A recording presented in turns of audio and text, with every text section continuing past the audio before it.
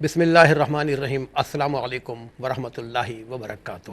آپ کے مسائل کا حل اس پروگرام کے ساتھ آپ کا میزبان آشکار داور حاضر ہے، اور میرے ساتھ موجود ہیں آپ کے مسائل کا شرح حل بیان فرمانے کے لیے آپ کی میری جانی پہچانی شخصیت ہیں شیخ الحدیث فقیہ العصر حضرت علامہ مفتی ابوبکر صدیق شادلی صاحب۔ ناظرین کرام، آج اس ہفتے جس موضوع پر ہم گفتگو کریں گے وہ ہے معذورین کی یا مریضوں کی نماز کے مسائل، کہ جیسے آپ کے علم ہے کہ نماز افضل العبادت ہے، کہ نماز کی قرآن مجید فرقان حمید میں اور احادیث میں بہت اہمیت بیان کی گئی ہے، کہ نماز دین کا ستون قرار دیا گیا، نماز کو آنکھوں کی ٹھنڈک قرار دیا گیا، اور نماز رب سے ملاقات کا ایک ذریعہ ہے، نماز عز و انکساری کا ایک انداز ہے، اور نماز ہر اس شخص پر لازم ہے، فرض ہے جو عاقل و بالغ ہے۔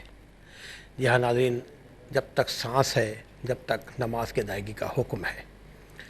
وہ لوگ جو اپنی زندگی میں صحت مند نہیں ہیں یا نماز اس طرح ادا نہیں کر پا رہے ہیں جس طرح شریعت میں ہمیں بتایا گیا ہے، ان کے لیے چھوٹ بھی دی گئی ہے۔ لیکن چھوٹ کس انداز میں دی گئی ہے؟ کیا ہمیں علم ہے؟ کیا ہم نے کبھی جاننے کی کوشش کی ہے؟ کیا ہم نے کسی عالم سے کبھی پوچھا ہے کہ خدا نخواستہ اگر کسی کو کوئی عذر ہے تو اس کو نماز کس طرح پڑھنی چاہیے، اس کو رکوع کس طرح کرنا چاہیے، کیا قیام ضروری ہے، سجود کس طرح کرنے چاہیے؟ شاید اکثریت کے علم میں یہ باتیں نہیں ہیں۔ اسی والے سے ہم نے سوچا اس موضوع پر آج گفتگو کریں اور حاصل کریں مفتی ابوبکر صدیق شادلی صاحب سے وہ علم کہ جس پہ عمل کر کے شاید ہماری بخشش کا ذریعہ بن جائے۔ تو آئیے آپ بھی اس پروگرام کو دیکھیں، نماز کے حوالے سے، یعنی معذورین کی نماز یا مریضوں کی نماز کے حوالے سے، یا کسی اور حوالے سے کوئی مسئلہ آپ کے ذہن میں ہے یا آپ کا اپنا پروگرام ہے، ہم آپ کے ٹیلی اسکرین پر اپنا نمبر ڈسپلے کر رہے ہیں، آپ ہم سے ان پہ رابطہ کریں۔ موضوع کے لحاظ سے کوئی بھی حوالے سے آپ کو مسئلہ ہے، مفتی ابوبکر صدیق شادلی صاحب آپ کے مسائل کا حل بیان فرمائیں گے۔ بہت شکریہ۔ گفتگو آغاز کرتے ہیں مفتی ابوبکر صدیق شادلی صاحب سے۔ السلام علیکم ورحمۃ اللہ۔ وعلیکم السلام ورحمۃ اللہ وبرکاتہ۔ وہ سب نماز فرض عین کسی حال میں معاف نہیں ہے کہ جب تک سانس ہے نماز ادا کرنی ہے، بلا شبہ، ٹھیک ہے نا؟ لیکن یہ ہے کہ بہت سے لوگ عذر میں ہوتے ہیں اور عذر کی کیفیت ان کے اوپر یا تو طاری ہو جاتی ہے، واقعی وہ عذر میں حالت میں ہوتے ہیں۔ بہرحال بہت سے لوگوں کو علم نہیں ہوتا، مسجدوں میں اپنے اطراف میں بھی دیکھتے ہیں تو وہ قیام کر سکتے ہیں لیکن کرسی پہ بیٹھ جاتے ہیں۔ اس حوالے سے میں چاہوں گا مختلف سوالوں کے انداز میں آپ سے علم حاصل کیا جائے۔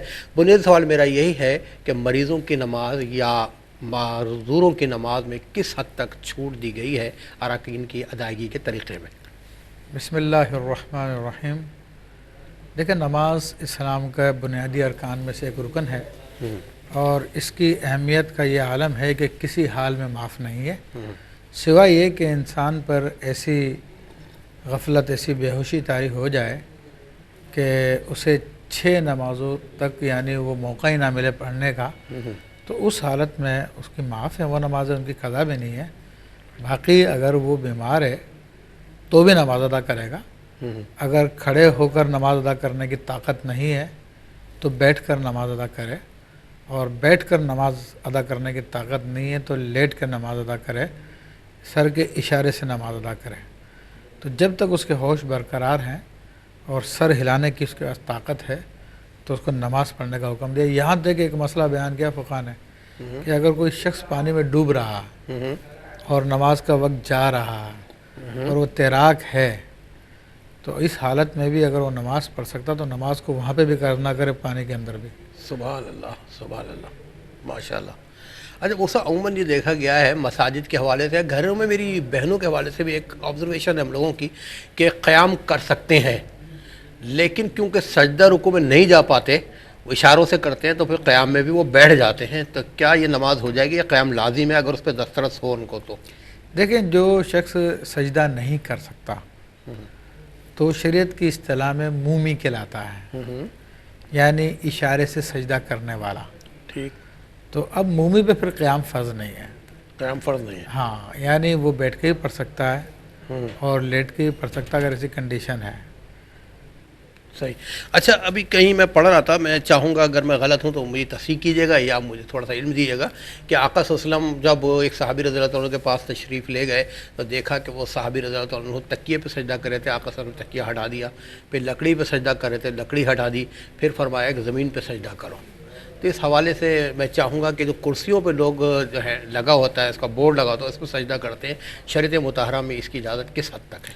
دیکھیں اس حدیث شریف کی شرح میں علماء فرماتے ہیں کہ وہ تکیہ اٹھا کے اوپر پھر سجدہ کر رہے تھے, اچھا جھک نہیں سکتے تھے. ہاں جب آپ نے تکیے سے منع کیا تو وہ سمجھے کہ شاید نرم ہے, تو انہوں نے لکڑی اٹھا کے پھر سجدہ کیا تو اس سے منع کیا.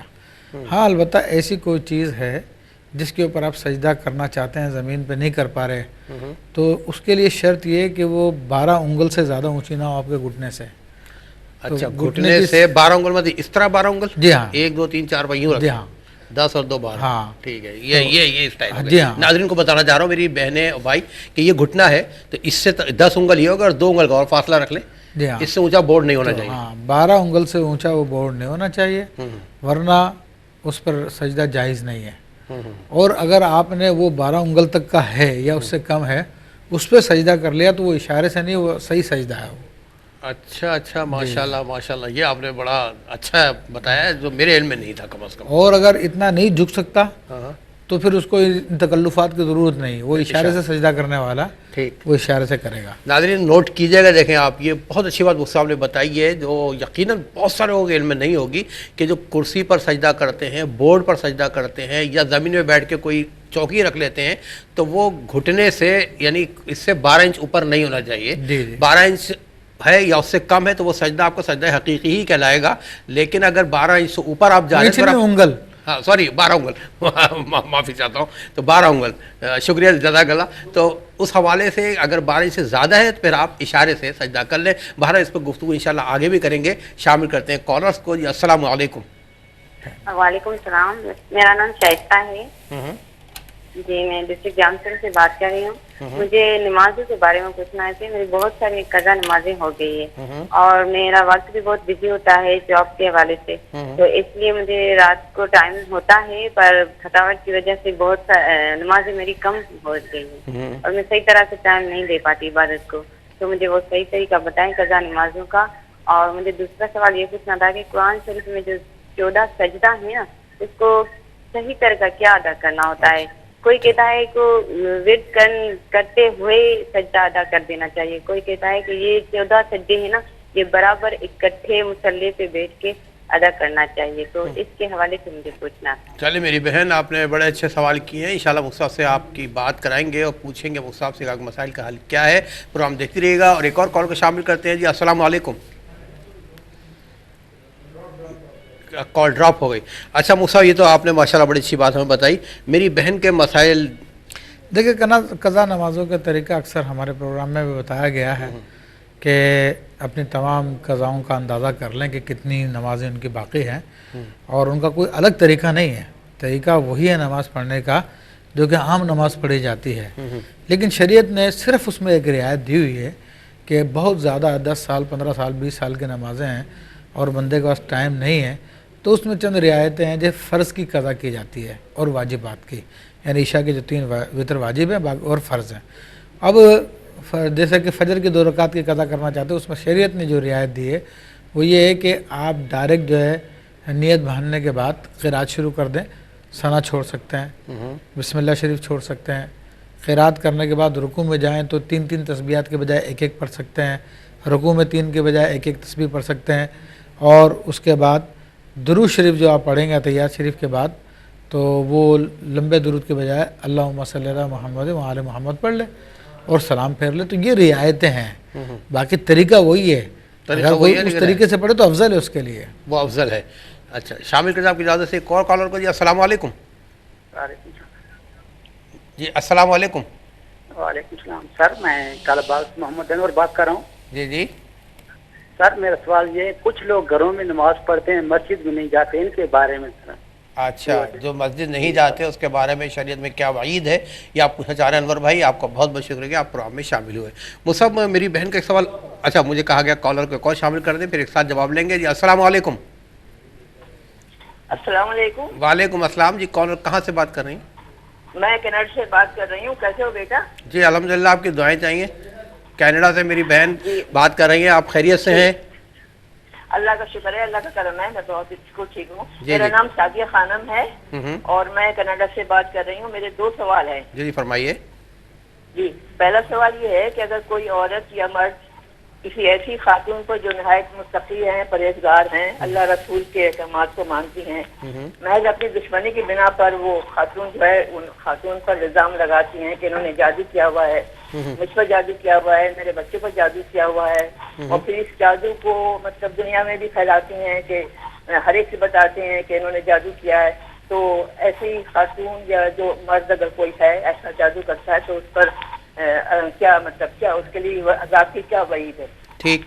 اور دوسرا سوال؟ میں اور روز محشر میں ایسے شخص کا یا ایسی عورت کا کیا انجام ہوگا؟ یہ جو اچھا، معلوم کرنا یہ آپ تھا. جادو کرنے کے والوں کے لیے پوچھ رہی ہیں یا جادو کا الزام لگانے والوں کے لیے پوچھ رہی ہیں؟ جی نہیں، جادو کا بہتان لگانا، یعنی بہتان لگانے والا. جادو ٹھیک کیا نہیں ہے لیکن ٹھیک بہتان لگایا ہے. ٹھیک ہے. ٹھیک ٹھیک ہے میری بہن، آپ کا بہت بہت شکریہ. کینیڈا سے آپ شامل پروگرام ہوئی. ایک اور کال کو شامل کرتے ہیں. السلام علیکم. وعلیکم السلام. جی کون اور کہاں سے؟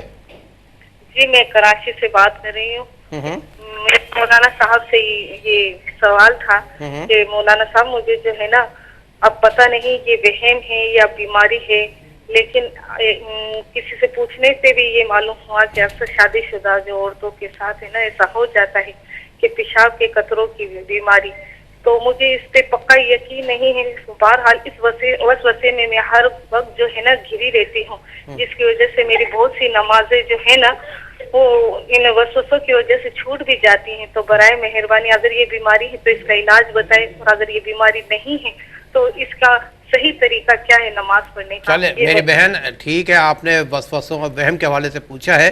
انشاءاللہ آپ کو بھی آپ کے مسئلوں کا حل بتائیں گے، اور جو میرے بہن بھائی نے اور سوال کیے ان سب کو بتائیں گے. لیکن آپ سب تھوڑا سا انتظار کیجئے، ملتے ہیں ہم ایک شارٹ بریک کے بعد. جی ناظرین، مریضوں کی نماز یا معذوروں کی نماز کی ادائیگی کے مسائل کے حوالے سے ہم گفتگو کر رہے ہیں. پروگرام آپ کا وہی جس کا آپ سارا ہفتے انتظار کرتے ہیں، آپ کا مسائل کا حل، اور مسائل کا حل بیان فرما رہے ہیں. میرے ساتھ موجود ہیں شیخ العزیز فقیہ العصر حضرت علامہ مفتی ابوبکر صدیق شادی صاحب. آپ لوگوں کے سوالات ہم نے نوٹ کیے ہیں.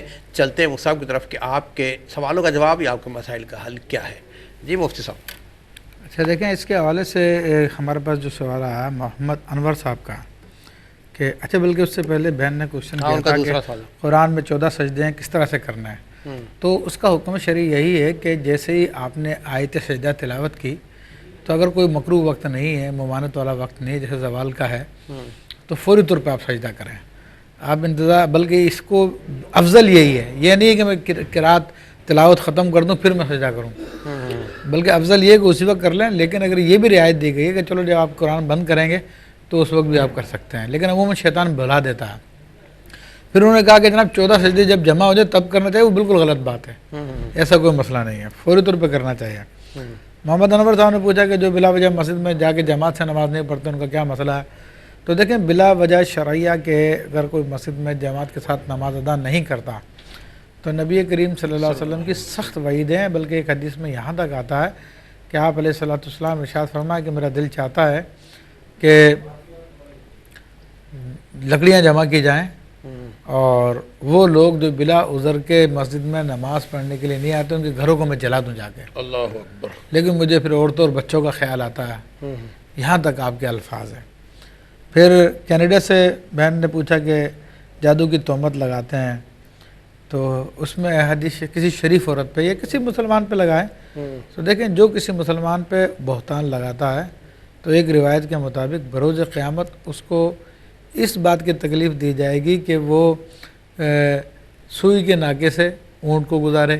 اللہ. ہاں، یا بہت سخت کام کا اس کو جو ہے حکم دیا جائے گا.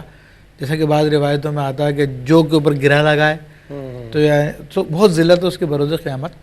جب وہ یہ کام نہیں کر سکے گا تو پھر اس کو سزا دی جائے گی. تو اللہ تعالیٰ تمام مسلمانوں کو بچائے تہمتیں لگانے سے. پھر بہن نے کہا کہ پتہ نہیں بیماری ہے کیا ہے، پیشاب کے قطروں کا مسئلہ وہم بہت ہو گیا. تو دیکھیں، نبی کریم صلی اللہ تعالیٰ علیہ وسلم نے تو ہمیں ہر بات کی ہدایت دی ہے. اس قسم کے اگر وہم کسی کو پیدا ہوتے ہیں کہ مجھے قطرات آ رہے ہیں تو حضور علیہ الصلوۃ والسلام کا طریقہ مبارکہ، سنت مبارکہ جو آپ نے ہماری تعلیم کے لیے فرمایا کہ آپ علیہ الصلوۃ والسلام جب وضو فرمایا کرتے تھے وضو کے آخر میں ایک چلو پانی لے کر اپنی میانی میں ڈال دیا کرتے تھے، اور آپ نے فرمایا کہ تاکہ وسوسے کٹ جائیں، کہ وسوسہ ہو کہ پانی آیا تو کہا نہیں پانی تو میں نے ڈالا، تاکہ انسان جو شیطان کا شکار نہ ہو جائے۔ تو جس کو واقعی وسوسہ ہے تو وہ یہ کر سکتا ہے، اور لیکن واقعی جس کو قطرات ہیں تو پھر اس کا علاج کرائے، لیکن اس کی وجہ سے نماز نہیں چھوڑیں گے، نماز اس حالت میں بھی پڑھنی ہے۔ ٹھیک، نماز معاف نہیں ہے۔ ہاں نماز معاف نہیں ہے۔ اسے شامل کر لیں کالر کا، آپ کی اجازت سے جی۔ السلام علیکم۔ السلام علیکم۔ وعلیکم السلام سر۔ جناب کون اور کہاں سے بات کر رہے ہیں؟ جی میں سر منظور خان خوشاب سے بول رہا ہوں۔ خوشاب سے بات کر رہے ہیں جی میرے بھائی۔ میں سر پوچھنا چاہتا ہوں کہ وضو کی حالت میں اگر کوئی چیز کھا پی لے یا نشہ کر لیں تو کلی کر لے، اس کے بعد نماز ہو جاتی ہے؟ اچھا، نشے سے مراد سگریٹ نوشی ہے یا اور کوئی نشہ ہے؟ سگریٹ کھا لو یا بیڑی وغیرہ۔ اچھا ٹھیک ہے، سگریٹ یا افیم وغیرہ اگر وضو کی حالت میں تو ان کو کلی کرنی پڑے گی، کرنا پڑے گا۔ ٹھیک ہے بھائی میرے بات، اور ایک اور کال کو شامل کرتے ہیں۔ السلام علیکم۔ السلام جی میری بہن۔ وعلیکم السلام، کہاں سے بات کر رہی ہیں؟ میں پنڈی سے بول رہی ہوں۔ میں نے آپ سے یہ سوال پوچھنا ہے کہ جیسے سجدہ سہو کرتے ہیں نا تو اس کے بعد کیا کرنا چاہیے؟ نماز پڑھنی چاہیے، چھوڑنی چاہیے کہ دوبارہ ریپیٹ کرنی چاہیے؟ اچھا ٹھیک ہے میری بہن، ہم نے پچھلے ہفتے اس حوالے سے پروگرام کیا تھا، لیکن آپ کی آسانی کے لیے ہم کوشش کریں گے اس حساب سے پھر جواب لے لیں۔ بہت شکریہ آپ کا، پنڈی سے آپ شامل پروگرام ہوئی۔ جی مفتی صاحب۔ دیکھیں خوشاب سے بھائی نے جو کوشچن کیا کہ نشہ کرنے سے وضو ٹوٹ جائے گا، تو اگر نشہ کیا تو اس سے وضو ٹوٹ جائے گا، کیونکہ انسان کا ہوش قائم نہیں رہتا۔ البتہ سگریٹ پینے سے وضو نہیں ٹوٹے گا، لیکن منہ میں بدبو ہونے کی وجہ سے مکروہ ہو جاتا ہے، تو اگر منہ کلی کر کے اس کی بدبو کو دور کر لے تو پھر کرات بھی نہیں رہتی ہے۔ پھر بہن نے کہا کہ سجدہ سہو کرنے کے بعد کیا نماز کو دوبارہ پڑھنا پڑے گا؟ تو سجدہ سہو تو رکھا اس لیے گیا ہے تاکہ نماز میں جو واجب رہ گیا تھا یا سنت رہ گئی تھی اس کی کمی سجدہ سہو کے ذریعے پوری کر دی جائے۔ تو جو آپ نے سجدہ سہو کر لیا تو وہ کمی پوری ہو گئی، آپ کو دوبارہ پڑھنے کی ضرورت نہیں ہے۔ ہاں اگر کوئی فرض رہ گیا تھا نماز کا تو پھر سجدہ سہو سے وہ پورا نہیں ہوگا، اعادہ کرنا پڑے گا، اب اعادہ کرنا پڑے گا، نماز دوبارہ پڑھنی پڑے گی۔ ٹھیک ہے، چلتے ہیں ناظرین امریکہ، دیکھیں ہمارے کالر موجود ہیں۔ السلام علیکم۔ ہلو السلام علیکم۔ وعلیکم السلام جی میری بہن۔ میں نیو یارک سے بات کر رہی ہوں، میں نام نہیں بتانا چاہتی۔ میں نے مفتی صاحب سے ایک سوال پوچھنا ہے کہ میں تسبیح کرتی ہوں ماشاءاللہ استغفار کی، اور سبحان اللہ و بحمدہ سبحان اللہ العظیم استغفر اللہ تو بول ہے۔ میں یہ پوچھنا چاہتی ہوں کہ کیا میری 500 دفعہ استغفار کی تسبیح ہو جاتی ہے یا مجھے اس کے لیے دوبارہ استغفار کی تسبیح کرنی پڑے گی؟ اچھا ٹھیک ہے میری بہن، یو ایس اے سے آپ جی اور جی۔ اور دوسرا یہ کہ بس یہ نماز پڑھتی ہوں ماشاءاللہ، تو لیکن اس میں مجھے ہوتا ہے جیسے میں نماز پڑھتے وقت بھول گئی تو میں نے شاید یہ نہیں پڑھا، تو اس کا آج کل بہت زیادہ ہونے لگ گیا ہے، تو اس کا مجھے کچھ پلیز بتا دیں۔ Thank you. اچھا ٹھیک ہے، ویلکم میری بہن، آپ نے امریکہ سے پروگرام میں شامل ہوئی، آپ نے مسائل درج کروائے ہیں، انشاءاللہ مجھ سے بکر صاحب بتائیں گے آپ مسائل کا حل کیا ہے۔ ایک اور کال کو شامل کرتے ہیں۔ السلام علیکم۔ السلام علیکم۔ وعلیکم السلام ورحمۃ اللہ۔ میری بہن کہاں سے اور کون؟ میں حمیرہ ملتان سے بات کر رہی ہوں۔ جی ہمارے بہن۔ اچھا، میرا سوال یہ ہے کہ بعض یہ حدیث کے فضائل درود السلام کے حوالے سے بعض میں 20 مرتبہ، بعض میں صبح شام 10 مرتبہ، اور بعض میں 100 اور بعض 200 ہوتا ہے۔ اس کے حوالے سے بتائے گا اگر پڑھتے پڑھتے اگر گنتی ایک اوپر یا کچھ کم رہ جائے تو پھر کیا وہ فضیلت حاصل ہوگی یا پرفیکٹ اسی عدد میں ہی پڑھنا پڑے گا؟ اچھا، میرا اگلا کوشچن یہ ہے کہ قرآن پاک کے حوالے سے نا شبینے لگائے جاتے ہیں مساجد میں اور محلوں میں، تو ساری رات اسپیکر کو آن رکھا جاتا ہے، تو پھر محلے والوں کو بھی کافی پریشانی ہوتی ہے، قرآن پاک کی تلاوت بھی ہو رہی ہوتی ہے۔ اس حوالے سے بلند آواز سے قرآن خوانی کا اہتمام کرنا کیا جائز ہے یا ناجائز ہے؟ اس حوالے سے بتائیے گا۔ اور اگلا کوشچن یہ ہے کہ سفر کا مہینہ شروع ہوتے ہی لوگ گھبرا جاتے ہیں اور کہتے ہیں کہ بلاؤں کا مہینہ آ گیا ہے، تو ایسا عقیدہ ان لوگوں کا رکھنا کیسا ہے؟ اس حوالے سے رہنمائی فرمائیے گا۔ اور میرا آخری کوشچن یہ ہے کہ کسی نے کہا ہے کہ اگر اپنے کان بند کر لیے جائے تو اس دنیا میں رہتے ہوئے جو آواز کان بند کرنے کی صورت میں آتی ہے وہ حوض کوثر کی ہے، ایسا کہنا درست ہے کہ نہیں؟ اس حوالے سے رہنمائی فرمائیے گا۔ ٹھیک ہے، السلام علیکم ورحمۃ اللہ وبرکاتہ۔ وعلیکم السلام ورحمۃ اللہ۔ ہمارا بہن آپ کا بہت بہت شکریہ، بڑے سے ڈھونڈ کے آپ سوال کرتی ہیں، بہرحال مجھے خوشی ہوتی ہے کہ آپ کے سوالوں کی روشنی میں ہم سب کے علم میں اضافہ ہوتا ہے۔ بہرحال ایک اور کال کو شامل کرتے ہیں۔ السلام علیکم۔ وعلیکم السلام۔ دیکھیے میں سبھی خانہ بول رہی ہوں، میرا دوسرا سوال رہ گیا تھا۔ جی اور دوسرا سوال یہ ہے کہ اگر کوئی عورت کسی دوسری خاتون کی اس کی غیر موجودگی میں اس کے سامان کی تلاشی لیتی ہیں اور اس کی پرسنل ڈائری جو ہے وہ بھی پڑھتی ہیں اور سامان بھی چوری کرتی ہیں، اور جب ان سے یہ کہا جائے کہ آپ نے ایسا کیا ہے تو وہ کہتی ہیں ہاں میں نے ایسا کیا اور میں نے ٹھیک کیا، میں نے چوری کی ٹھیک کیا، میں نے پرسنل ڈائری پڑھی ٹھیک کیا، اور میں نے تلاشی سامان لی وہ بھی ٹھیک کیا. تو ایسی عورت کے لیے کیا حکم ہے؟ پلیز اس کا بھی جواب. چلے میری بہن کینیڈا سے آپ دوبارہ پروگرام میں شامل ہوئی، آپ کا بہت بہت شکریہ. ایک اور کالر کو شامل کر لیں جی. السلام علیکم. میں ظفر آباد سے بول رہا ہوں. جی فرمائیے میرے بھائی. میرا مسئلہ یہ ہے کہ جماعت کھڑی ہے تو بچہ آگے سے گزر جائے، کوئی چھوٹا بچہ نہ سمجھ، تو اس میں جماعت میں تو کوئی نمازی کا نماز میں تو خلل نہیں پڑے گا. اچھا ٹھیک ہے میرے بھائی، آپ پروگرام میں شامل ہوئے حیدرآباد سے، آپ کا بہت بہت شکریہ. نمازی کے آگے سے بچہ گزر جائے نماز میں خلل تو نہیں پڑے گا. چلتے ہیں مفتی صاحب کی طرف. دیکھیں پہلے تو بہن نے یو ایس اے سے کوشچن کیا تھا کہ وہ ہر نماز کے بعد استغفار کی تسبیح پڑھتی ہیں تو کیا ان کی 500 ہو جائے گی؟ تو بلا شبہ دن بھر میں اگر پانچوں نمازوں کے بعد 100 مرتبہ پڑھتی ہیں تو ان کا مجموعہ 500 ہو جائے گا. پھر انہوں نے کہا کہ وسوسہ ہے کہ شاید نماز پڑھی یا نہ پڑھی. تو دیکھیں اس وسوسے سے بچنے کے طریقے اختیار کیے جائیں. یا تو گھر والوں کو بتا کے نماز پڑھا کریں کہ دیکھو میں نماز پڑھ رہی ہوں تو آپ اس کو مجھے بتا دینا میں نے پڑھ لیا. یا یہ ہے کہ نماز شروع کرنے سے پہلے اس وقت اپنی کاپی میں لکھ دے کہ میں نماز پڑھ رہی ہوں، تاکہ بعد میں شیطان کھیل نہ سکے، کہ وسوسے شیطان کی طرف سے ہوتے ہیں. تو اس میں نبی کریم صلی اللہ علیہ وسلم کی بتائی ہوئی دعائیں ہیں، تو ان دعاؤں کا اگر ورد کیا جائے، یا لا حول ولا قوت الا باللہ العلی العظیم، یہ عرش کے خزانوں میں سے خزانہ ہے، تو اگر 100 دفعہ اس کو صبح اور 100 دفعہ شام میں پڑھا جائے تو اس سے بھی وسوسوں میں فرق آ جاتا ہے. پھر حمیرہ نے کوشچن کیا ہے کہ درود شریف کی فضیلتیں آئی ہیں. تو دیکھیں بعض فضیلتیں خاص تعداد کے ساتھ بیان کی گئی ہیں، تو یہ ہم نے صلاۃ التسبیح کے حوالے سے بیان کیا تھا کہ اسی تعداد کے مطابق اگر پڑھا جائے تو پھر وہ فضیلت پورے طور پہ حاصل ہوتی ہے. تو چنانچہ اگر کسی درود کی کوئی 10 دفعہ کی فضیلت بتائے گی تو 10 میں حاصل ہوگی، کوئی 20 کی بتائے گی تو 20 میں حاصل ہوگی. تو اس کی تعداد کم نہ کی جائے نہ زیادہ کی جائے. اسی طرح انہوں نے کہا لاؤڈ اسپیکر پر لوگ شبینہ پڑھتے ہیں، تو لاؤڈ اسپیکر پہ شبینہ پڑھنا درست نہیں ہے شرعی اعتبار سے، کہ اس میں لوگوں کی ایذا کا باعث ہے، لوگوں کی تکلیف کا باعث ہے، اور جو لوگ قرآن نہیں سننا چاہتے، وہ اپنے کام میں مشغول ہونا چاہتے ہیں، ان کو بلا وجہ پریشان کرنا ہے. تو قرآن سے تمہیں اتنی محبت ہے تو خود اپنے گھر پہ بیٹھ کے کر لو شبینہ، اسپیکر پہ لگانے کی کیا ضرورت ہے. پھر کہتے ہیں کہ سفر بلاؤں کا مہینہ ہے.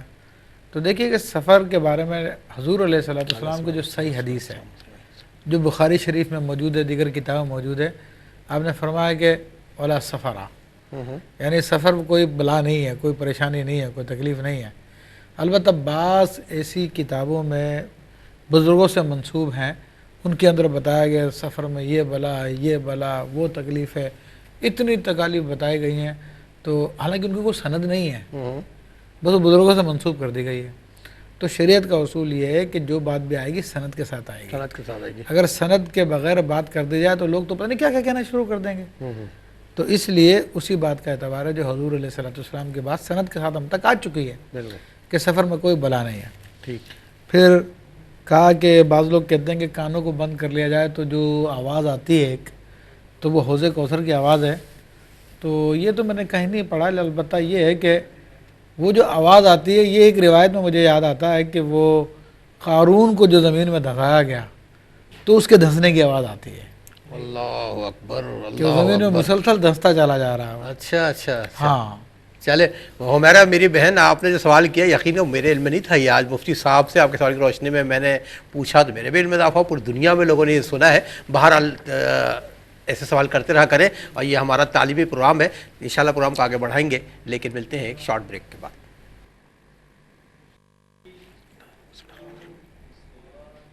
جی ناظرین، پروگرام آپ کے مسائل کا حل، ہمارے بہن بھائی شریک ہو رہے ہیں، آپ لوگ شریک ہو رہے ہیں، آپ کے سوال بھی آ رہے ہیں. اپنے موضوع پہ بھی ہم بات کر رہے ہیں. جو موضوع آج جس پہ ہم بات کر رہے ہیں وہ ہے مریضوں کے یا معذوروں کے نماز کے مسائل. آپ کے سوالات موجود ہیں، چلتے ہیں اس صاحب کی طرف کہ آپ کے مسائل کا حل کیا ہے. دیکھیں بہن نے وہ پوچھا کینیڈا سے کہ سامان کی تلاشی لیتی ہیں اور پھر کہتی ہیں ہاں میں نے ایسا کیا، پرسنل ڈائری بھی پڑھ لیتے ہیں. تو ایسی خاتون خائن ہے، خیانت کرنے والی ہیں، اور خیانت کرنے والوں پہ لعنت ہے اللہ کی، اس کے رسول کی، فرشتوں کی لعنت تک آئی ہے. ٹھیک ہے، تو یہ بہت بری بات ہے. اور جو کسی کے راز کو کھولتا ہے، کسی کے پردے کو ہٹاتا ہے بلا وجہ کے، تو اللہ اس کے پردے کو کھول دیتا ہے، تو دنیا میں آخرت میں بدنام ہو جائے گا وہ۔ پھر انہوں نے کہا کہ ایک صاحب نے پوچھا کہ جماعت کے سامنے سے اگر بچہ گزر جائے تو جماعت کا کیا اثر پڑے گا؟ تو جماعت کے سامنے سے چاہے بچہ گزر جائے، چاہے عورت گزر جائے، چاہے گدھا گزر جائے، جماعت میں کوئی فرق نہیں پڑتا ہے۔ ٹھیک، البتہ گزرنے والا جو ہے گناہ گار ہوتا ہے۔ بچہ تو چونکہ معصوم وہ ہے، ابھی اس کا اعمال ہی شروع نہیں ہوئے، تو اس پہ کوئی گناہ نہیں ہے، لیکن ماں باپ کو سنبھالنا چاہیے ایسے بچوں کو۔ البتہ جو کوئی بالغ گزرے گا وہ گناہ گار ہوگا۔ وہ سب اپنے بہن بھائیوں کے سوال کی روشنی میں دیکھتا ہوں ہمارا معاشرہ بڑا ابتری کی طرف جا رہا ہے، مطلب روز بروز لوگ جہالت کی طرف بڑھ رہے ہیں، اور لوگ بھول گئے کہ یہ دنیا جو ہے اس کی رنگینیاں لمحاتی ہیں۔ کئی ایسی اموات میرے سامنے ہوئی ہیں کہ بندہ بیٹھا ہے، بیٹھے بیٹھے بند ہوا پڑ نیچے، یا ناک سے خون کیا ہوا جی برین ہیمریج ہو گیا۔ تو بہرحال اللہ تعالیٰ ہم سب کو عقل سلیم عطا فرمائے۔ موضوع کی طرف آتے ہیں۔ ایک بڑا اچھا سوال میرے ذہن میں آیا کہ عموماً دیکھا ہے بچے نوجوان بھی بیٹھ کر نوافل ادا کرتے ہیں، کہ نوافل میں گنجائش ہے یا کھڑے ہو کے پڑھنا زیادہ ثواب ہے؟ دیکھیں گنجائش تو ہے بالکل، لیکن جو آپ نے کہ کھڑے ہو کے پڑھنے میں زیادہ ثواب ہے تو وہ بھی صحیح ہے بالکل۔ تو کھڑے ہو کے پڑھنے میں زیادہ ثواب ہے، لیکن بیٹھ کے پڑھنے میں کوئی گناہ نہیں ہے، گناہ نہیں ہے، ثواب کم ہو جائے گا، لیکن کم وقت ہے زیادہ کما لیں، ثواب زیادہ کما میرا ہر کی کیفیت ہوتی ہے۔ اچھا وہ اب صحیح ہے، ایک آدمی پڑھتا ہے 2 ہے تو اس کو تو کوئی مسئلہ نہیں ہے، ٹھیک ہے، لیکن جو 100 پڑھ رہا ہے تو اس کو تو بیٹھ کے پڑھنے میں آسان ہوگی، ورنہ 100 نہیں پڑھ سکے گا وہ۔ اچھا ایک سوال یہ بتائیے گا، وہ صاحب کسی کے پیر صاحب ہیں، کوئی مرشد ہیں، کوئی بزرگ ہیں بہت بڑے، ٹھیک ہے نا، لیکن یہ ہے کہ وہ اشاروں سے نماز پڑھتے ہیں، سجود و رکوع نہیں کر پاتے، تو کیا ان کی امامت میں نماز پڑھی جا سکتی ہے؟ نہیں، ان کی امامت میں نہیں، کیونکہ مومی اشارہ کرنے والا ہاں، وہ مقعد یعنی بیٹھ کے نماز پڑھنے والا اور کھڑے ہو کے نماز پڑھنے والے کی امامت نہیں کر سکتا۔ حنفی مذہب میں تو یہی ہے۔ اچھا نہیں کر سکتے؟ ہاں نہیں کر سکتا۔ اچھا بیٹھ کے نماز پڑھنے میں بھی اب مثال کے طور پہ ایک میں سمجھنے کے میں اس میں وضاحت کر دوں کہ چیئر پہ بیٹھتے ہیں بعض لوگ، جو بزرگ ہوتے ہیں تو چیئر کے پھر رکوع سجود کر لیتے ہیں، تو رکوع کے لیے تھوڑا جھکتے ہیں، سجدے کے لیے زیادہ جھکتے ہیں، تو یہ اشارے سے نماز پڑھنا ہے، تو وہ کسی کی امامت نہیں کر سکتا، اپنے جزو کی کر سکتا ہے جو اشارے والے ہیں۔ اچھا اچھا اچھا بیٹھنے میں ایک صاحب ہیں کوئی بھی ایکس وائی زیڈ، تو وہ کرسی پہ بیٹھ کے نماز پڑھتے ہیں اور زمین پہ بھی بیٹھ سکتے ہیں، لیکن وہ ٹانگوں کو فولڈ نہیں کر سکتے، تو وہ ٹانگیں ایسے کھول کے اگر پڑھیں تو قبلہ رو ٹانگیں ہو جائیں گی، بے ادبی کا گمان ہے۔ تو اس والے سے شریعت کیا کہتی ہے؟ دیکھیں اس میں حکم تو یہی ہے کہ زمین پہ بیٹھنا افضل ہے، زمین پہ بیٹھ کے پڑھنا یہ سنت کے مطابق ہے، تو اگر ٹانگیں فولڈ نہیں کر سکتے سیدھے بھی کر سکتے، اس میں کوئی بے ادبی نہیں ہے، بے ادبی نہیں ہے، کیونکہ آپ بے ادبی کی نیت سے نہیں کر رہے ہیں، آپ تو نماز کی ادائیگی کے لیے کر رہے ہیں۔ اور باقاعدہ فقہ نے یہ بھی لکھا کہ مریض جس طرح سے بھی نماز پڑھے، اگر لیٹا ہوا کروٹ لے لے، کروٹ لے کے پڑھ لے، کروٹ نہیں لے سکتا تو پھر اس کی چرپائی کو یا بستر کو اس طرح سے گھما دیا جائے کہ اس کے پاؤں قبلہ رخ ہو جائے۔ اچھا البتہ اس میں تھوڑی سی احتیاط یہ کر لی جائے کہ سر تھوڑا سا اونچا کر دیا جائے تو بہتر ہے، ساتھ اونچا کر دیا۔ ہاں بلا وجہ پاؤں کرنا قبلے کی طرف مکروہ ہے۔ اچھا جو زمین پہ بیٹھ کے نماز پڑھ رہے ہیں صاحب، وہ سجود اور رکوع اشارے سے کر رہے ہیں، کرسی پہ بیٹھ کے بھی اشارے سے کر رہے ہیں، تو افضلیت کس کی، کرسی پہ بیٹھ کے پڑھ رہے ہیں یا زمین پہ بیٹھ کے پڑھ رہے افضلیت زمین پہ بیٹھنے والے کی ہے، ہیں؟ زمین پہ بیٹھنے والے کی ہے، کیونکہ سنت ہے یہ۔ سنت ہے۔ اچھا ذرا سا میں چاہوں گا میرے بہن بھائیوں کے علم میں اضافہ ہو کہ سجدہ کرنے کا صحیح طریقہ کیا ہے؟ اکثر دیکھا ہے کہ یہاں سے ٹکا دیتے ہیں سر، اکثر دیتے ہیں ناک ٹکا دیتے ہیں، اس حوالے سے ذرا سا صحیح سا بتائیے۔ دیکھیں سجدے میں ایک 7 ہڈیوں کا لگنا ضروری ہے، جس میں پیشانی کی ہڈی ہے اور دونوں ہاتھوں کی ہڈیاں، دونوں گھٹنوں کی اور دونوں پاؤں کے پنجے کی انگلیاں مڑ کر ان کا پیٹ زمین پہ لگ جائے۔ یہ صحیح طرح کم سے کم 1 انگلی کا پیٹ لگنا فرض ہے اور 3 انگلیوں کا دونوں پاؤں میں سے لگنا واجب ہے۔ اور اس میں لوگ پیشانی تو لگا دیتے ہیں کیسے تیسے کر کے، ناک نہیں لگاتے، چلو ناک واجب کا ترک ہوا، اچھا ٹھیک ہے، لیکن اکثر یہ دیکھا گیا سجدے میں پاؤں ان کے زمین سے بلند ہوتے ہیں، یا یہ ہوتا ہے کہ پیٹ نہیں لگا ہوتا بلکہ انگلیوں کی پشت لگی ہوتی ہے، جس سے فرض ادا نہیں ہوتا اور سجدہ ہی نہیں ہوتا۔ اچھا سجدہ نہیں ہوتا؟ جی ہاں بالکل۔ اللہ اکبر اللہ اکبر۔ چل شامل کرتے ہیں کال کو، پھر انشاءاللہ اس بات کو آگے بڑھائیں گے۔ جی السلام علیکم۔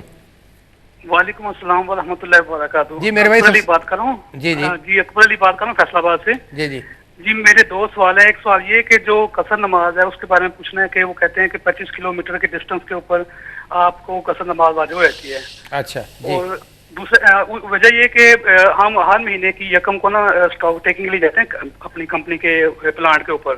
تو آیا کہ وہ تقریباً 35 کلومیٹر کے ڈسٹینس پہ ہے وہ ہمارا پلانٹ. تو آیا کہ ہم اس میں پھر ہماری وہ نماز واجب ہو جاتی ہے قصر نماز. ٹھیک. دوسرا سوال یہ کہ سر جو جمعۃ المبارک کی اپنا ہوتا ہے نا اپنا جمعے کو دن نماز, تو اس میں یہ کہ اکثر لوگ آگے سے گزر جاتے ہیں, یعنی کہ ایک دو انصافوں کے ڈسٹینس کے اوپر سے آگے سے گزر جاتے ہیں. تو اس حوالے سے کیا اپنا کہ کتنے فاصلے سے ہم نمازی کے آگے سے گزر سکتے ہیں؟ ٹھیک ہے میرے بھائی فیصل آباد سے آپ شامل پروگرام ہوئے, آپ کا بہت بہت شکریہ. چلتے ہیں مفتی صاحب کی طرف. دیکھیں انہوں نے کہا کہ 25 کلومیٹر پہ قصر کرتے ہیں, تو غلط ہے. یہ قصر کے لیے کم از کم 92 کلومیٹر ہونے چاہیے. 92 کلومیٹر سے کم کا اگر آپ کا سفر ہے تو آپ کا مسافر نہیں ہے. ہاں, پھر جمعۃ المبارک میں لوگ آگے سے گزر جاتے ہیں کیونکہ رش ہوتا, تو بالکل غلط کرتے ہیں. مسجد کتنی بڑی کیوں نہ جو ہمارے شہروں میں ہے, وہ مسجد کبیر نہیں ہے. مسجد کبیر کا حکم یہ ہے مکہ مدینہ کی جو مسجدیں بڑی بڑی تو یا اور جیسے بیت المقدس کی مسجد ہے, تو یہ مسجدیں کبیر ہوتی ہیں. ان میں سے آپ 3 صفوں کا فاصلہ کر کے گزر سکتے ہیں. اچھا.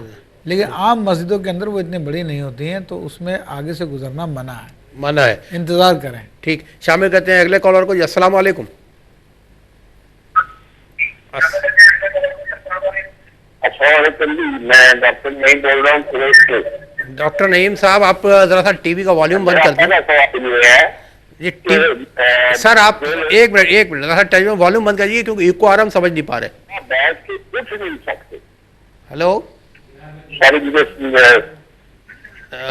آپ نے کچھ کہا جی. میں ٹیلی ویژن کی والیوم بند کریے, آواز ٹی وی کی آواز بند کر دیجیے. جی, کال ڈراپ ہو گئی. اچھا, ایک اور کالر موجود ہے. اچھا, وہ بھی ڈراپ ہو گئی. ٹھیک ہے جی مفتی صاحب, سوال پورے ہو گئے. جی ہاں.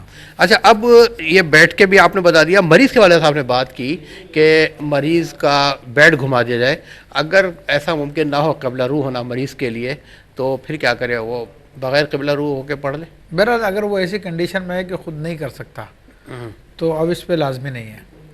اچھا, مریض وضو تو ظاہر نہیں کر سکتا, اسپتال میں داخل ہے, تو تیمم ضروری ہے, ایسے ہی نماز پڑھ لے؟ نہیں, اگر ہاسپٹل میں داخل ہے چل پھر سکتا ہے, اٹھ سکتا ہے. نہیں, لیٹا ہوا ہے جیسے.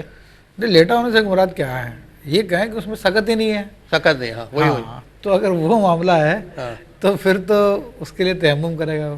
اچھا, تیمم کر کے اپنے نماز پڑھ لیں. اچھا, عموماً پیشنٹس ہوتے ہیں, اللہ تعالیٰ حفاظت فرمایا ہم سب کی, کہ ان کو پیشاب کی ڈرین لگی ہوئی ہوتی ہے, بیگ لگا ہوا ہوتا ہے, تو اس کے لگے نماز پڑھ سکتے ہیں؟ دیکھیں, اب وہ معذور شرعی ہے اور اس کو مستقل لگی ہوئی ہے, تو معذور شرعی کے ساتھ شریعت نے رعایت رکھی ہے, تو وہ ڈرین اگر وہ اس کے ساتھ بھی نماز پڑھ سکتا ہے, اس ساتھ نماز پڑھ سکتا ہے. اچھا, نماز پڑھتے پڑھتے یا کوئی بہت تھکن کے, جی فرمائیں. اسی مسئلے کے مطابق یہ بھی ہے کہ اس کو کسی کو نجاست خارج ہو رہی ہے جسم سے مسلسل, اب نماز کا وقت آیا اور بیڈ اس کا چینج کریں گے, گدا بدلیں گے, چادر بدلیں گے, تو جو چادر بدلیں گے وہ بھی تھوڑی دیر میں ناپاک ہو جائے گی, اتنی ناپاک ہو جائے گی جتنی یہ تھی, تو بدلنے کی ضرورت نہیں, اسی ناپاک پہ وہ پڑھ لیں, اسی پہ وہ پڑھ سکتا ہے. ہاں, مریض کے لیے یہ بھی رعایت ہے. اچھا, عموماً لوگ ہوتا ہے بہت محنت کرتے ہیں, بہت سے ہمارے جو پاکستان سے باہر رہتے ہیں واقعی بہت محنت کرتے ہیں, تو وہ جب عشاء کی نماز پڑھتے ہیں تھک جاتے ہیں, تو وہ بعض اوقات نماز کے دوران لڑکھڑا جاتے ہیں نیند کی غنودگی سے, تو نماز پہ اثر تو نہیں پڑتا لڑکھڑانے سے, گر جانے سے؟